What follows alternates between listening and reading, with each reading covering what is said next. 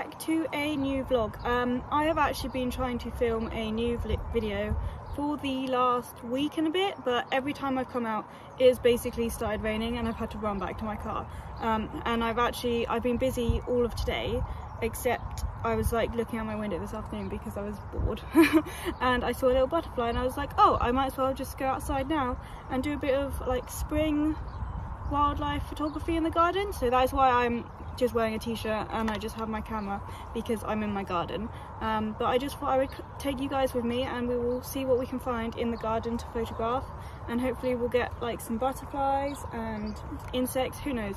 But yeah, I thought this would be a nice video, so I will see you all in a bit once I've had a look around the garden to see what I can find.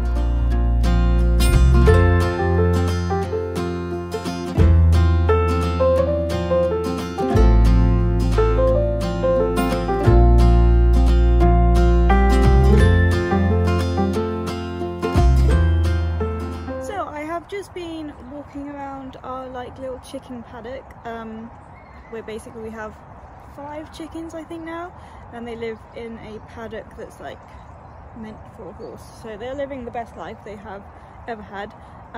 They have been inside because of the whole bird flu. I think it was last Tuesday, maybe the Tuesday before that, they were finally let out, so they are like living their best lives right now. But yeah, what was I doing? Oh, I was looking, there's like a few dandelions and like daisies and stuff, and there was some honeybees on them, and I've been photographing the honeybees. So last year I got what I consider the best shot of a bee I have ever taken. I'll put it up on screen, in like a lavender patch at the front of our garden. However, what I really wanted was a shot of like a bee with some like pollen on its legs, because they go all funny and they like get weighed down by all the pollen and you can see it on their legs, and that is like the shot that I would really like to get this summer. But our lavender like hasn't flowered yet, so there's no lavender at the moment, so I can't like get the same shot as I did last year. But there was a few little honeybees on the dandelions getting all covered in pollen, which I think I've managed to capture, which is really nice. But yeah, as I said, the lavender hasn't flowered yet, so maybe we'll see later in the summer if I can get another one. Oh, there's a cute butterfly. But yeah, that is what I am currently doing. So I will get back to searching for some more bees or anything else I can find, and we will see what else I can take.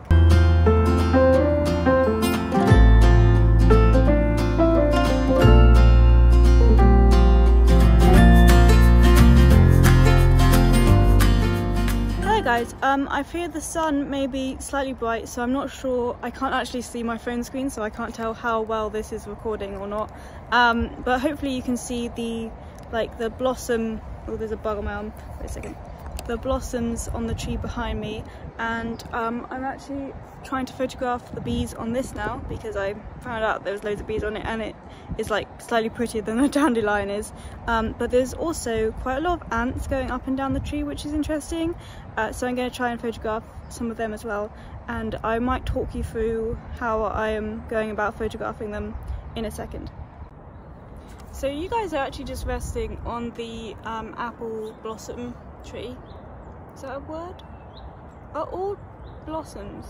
I just refer to all blossoms as cherry blossoms, but they can't all be cherry trees, so that is inaccurate, as this is an apple tree, so apple blossom I'm gonna say.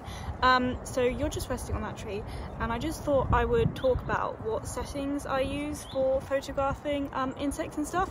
Wait, let me just move my leg, because otherwise it's gonna fall asleep. So generally speaking, I either use like the shutter speed or the aperture priority one, depending on how fast the insect is gonna be like flying away or moving. So generally speaking, I usually start off with aperture priority, and then I see how fast the insect is like likely to fly away, and then I change it to the shutter speed one, which I like. When did I? It was when I was photographing like ants last year, I think, that I was using the aperture priority, and then I realized that the ants were moving too fast for that to work, so then I changed to the shutter speed one. but generally speaking, when it can like fly away, I use the shutter speed, or like walk away really fast, because ants actually walk surprisingly speedy walk. So I use the shutter speed priority. No, is it called shutter speed priority? No, it's aperture priority and shutter speed, isn't it? I don't know. I use the shutter speed one when I'm photographing stuff that can walk really fast or fly really fast, except for like if you photograph insects like really early in the morning or later in the evening, or when it's slightly colder, they move slower because they're like not awake, or they don't have the energy to move fast. So that is actually a really good time to photograph insects. But at that time, I use the aperture priority because they're not going anywhere, so you don't need to rush around. What else? Oh, for dragonflies, I usually use the aperture priority, and I just like sneak up on them. But for bees and stuff, I use the shutter speed because they just fly really fast. And you just, basically that is what I do. So I've just been photographing the ants and the bees on the blossom above me, or above you actually, and I think it's working really well.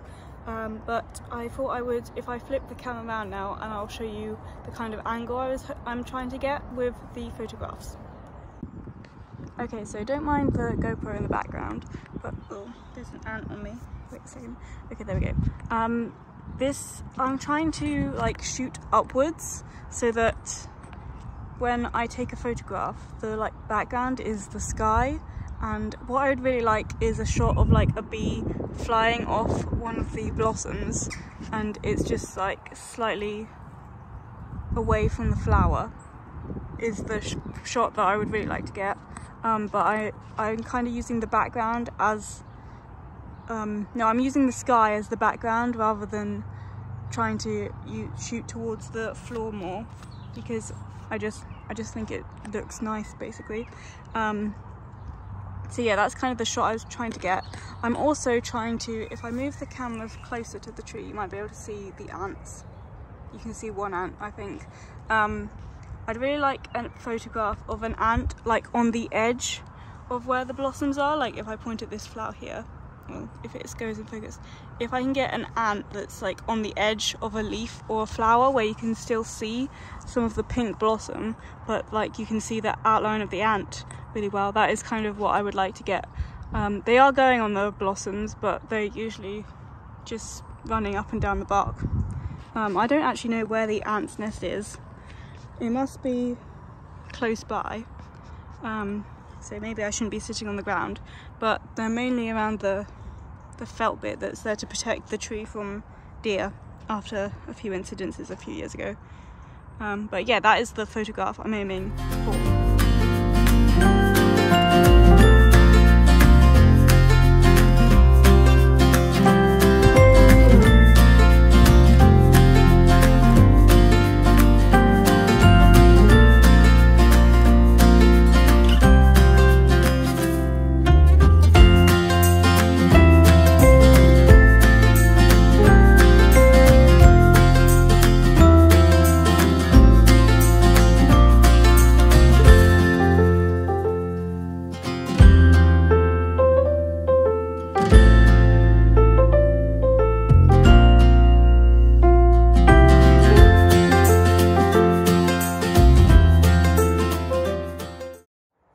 Okay, so I've left the other side of the garden now, and I've basically walked around the border, and I am just near where my bird feeder setup is. If you didn't see that video, that was a few weeks ago where I set that one up. And I like left the apple blossom, that's what I'm trying to say, and the bees behind, and I've done a bit of a walk around. I saw a fun little shiny bug, and that butterfly that actually flew by me earlier, I saw it again, but it was on the other side of the fence. And because I didn't do any forward planning in this, I didn't check to see if our electric fence was off before I went in the like chicken area, so I didn't know if it was off, so I wasn't going to touch it and like try and lean over the fence just in case it turned out to be on and I got zapped, because it doesn't, like, it's not dangerous, but it does kind of zap you. I did ask my mum and it is now off, so if I see the butterfly again I can lean over the fence. So I got like a shot from like further afield. But I did just want to mention that the bird feeder, it has now changed. You can see this yellow one up here. Basically there used to be like a peanut feeder there, but the squirrel, if you watch my Instagram story you'll have known this, but a squirrel kept eating it, and then it like escalated to taking the bird feeder off the feeding stand and like taking it away, and so now I've lost the bottom of the peanut bird feeder, so I replaced it with this one here, which is apparently like a Niger seed feeder.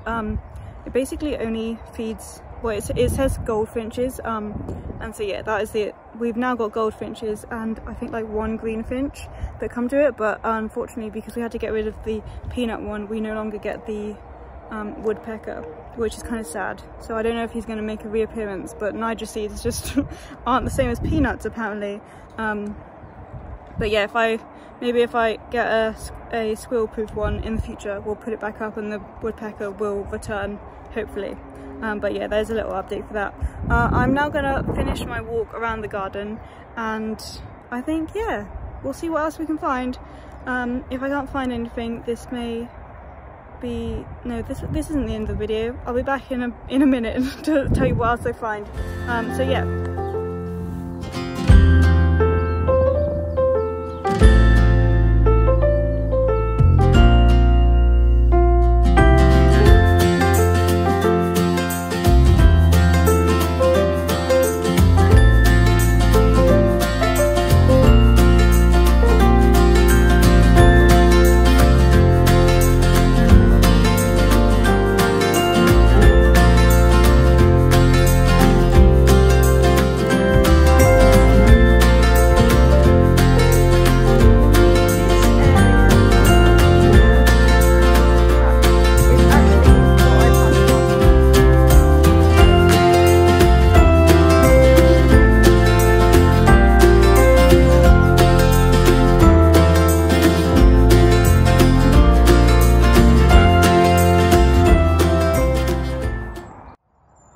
So guys, I think this is now the end of the video. I have walked all the way around my garden.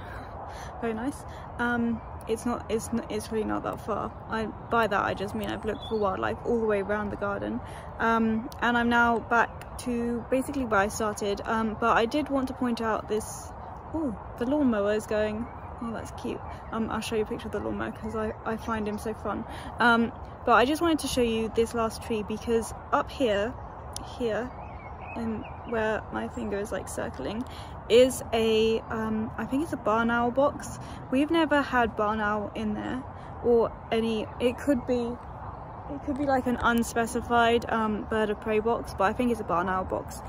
It's been there since we moved here, but we've never seen any barn owl in it, which is sad. Because I would really like it if there was barn owl in there, and I am actually training for a barn owl license, so it would be really cool if there was some barn owl right in our garden basically. Although our neighbour, the farmer, does say that there is barn owl in the shed that they have, so maybe one day something will move in there.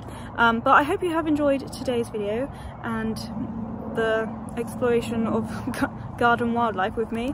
I will put up a few more pictures at the end so we can look through the best ones from today. But yeah, I will see you all next week for a new vlog.